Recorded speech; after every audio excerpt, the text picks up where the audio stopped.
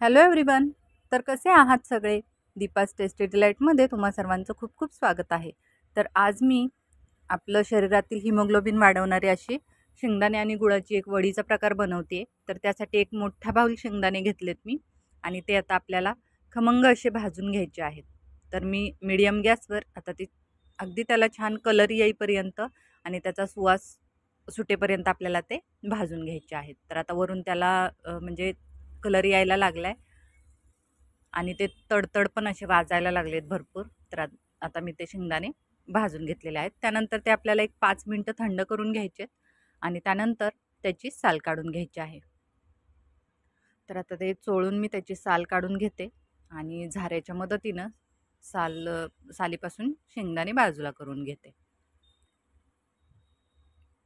तर आता मी ते सगळ्या शेंगदाण्यांची साल काढून बाजूला घेतली आहे आणि आता हे बघू शकतात, तुम्हाला दिसतंय त्याच्यावर कलर पण छान आलाय आणि ते भाजले पण गेलेत छान असे.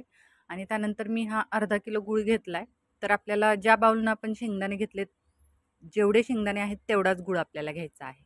तर आता मी हे शेंगदाणे वाटून घेते. तर आपल्याला फार बारीक करायचं नाही, असे ओबडधोबड असे शेंगदाणे, म्हणजे थोडेफार बारीक थोडेफार त्याचे पाकळ्या वगैरे शेंगदाण्याचे राहतील अशा टाईप आपल्याला ते वाटून घ्यायचं आहे.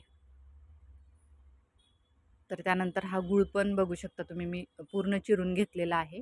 आणि आता आपण त्याचा म्हणजे तो गूळ वितळून घेऊयात. आपल्याला त्याचा काही पाक वगैरे नाही बनवायचा आहे. तर आता कढई गरम करत ठेवली, त्यामध्ये 2 चमचे तूप घातले आणि हे एक मोठा बाउल गूळ घेतला आहे आणि त्यामध्ये बस तो गूळ विरघळण्यासाठी म्हणून 1 चमचा पाणी घातलेलं आहे. तर ज्या बाउलनं मी शेंगदाणे घेतलेत तेवढाच बाउल आपल्याला म्हणजे गूळ घ्यायचा आहे. तर ते तुम्हाला गोडसर किती प्रमाणात हवे त्या प्रमाणात तुम्ही गूळ कमी जास्त करू शकता. आणि आता हा गूळ मी एकसारखा हलवून पूर्णपणे वितळवून घेतला आहे. आपल्याला याचा काय 1 तारी 2 तारी वगैरे असा पाक नाही बनवायचा आहे.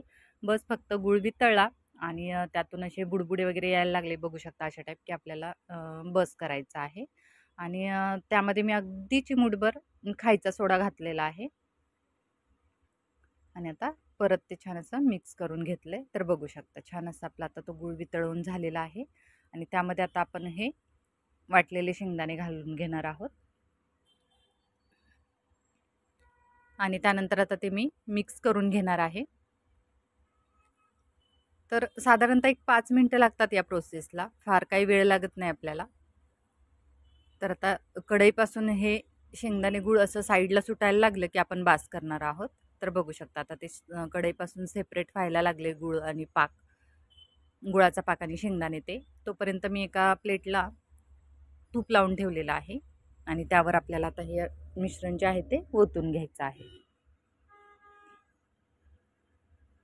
तर आता ते सगळं मिश्रण मी यावर ओतून घेतलंय आणि ते आपण आता खूप गरम आहे तर मी चमच्याच्या साहाय्यानेच ते पसरवून घेणार आहे.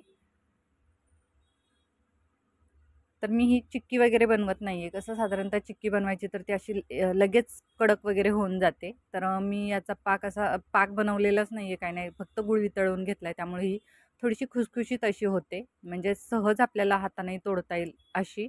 आणि खायलाही अगदी म्हणजे चिक्की कशी असते एकदम कडक असते, ज्यांचे दात मजबूत नसतील तर त्यांना खाता येत नाही. पण ही जी वडी आहे ती सगळेजण खाऊ शकतात अशी आहे. आणि आता मी ते एक 15-20 मिनटं थंड करून घेतले आणि त्याच्या वड्या पाडून घेतलेल्या आहेत. तर बघू शकता अगदी सहज त्याच्या वड्या बाजूला होतात आणि खूप छान अशा त्याच्या वड्या झालेल्या आहेत. आणि बघू शकता मी तोडून दाखवते, अगदी सहज तुटल्या जातात, एकदम म्हणजे सॉफ्ट अशा आपल्या ह्या वड्या रेडी आहेत. तर आपल्या शरीरातील एच बी वाढवण्यासाठी म्हणून ही खूप छान रेसिपी आहे. कधी उपवासाला पण ही चालते, कारण आपण त्यामध्ये फक्त गुळ आणि शेंगदाणे घातलेत. तर आपल्या चॅनलला कनेक्टेड राहा, लाईक शेअर सबस्क्राईब करा.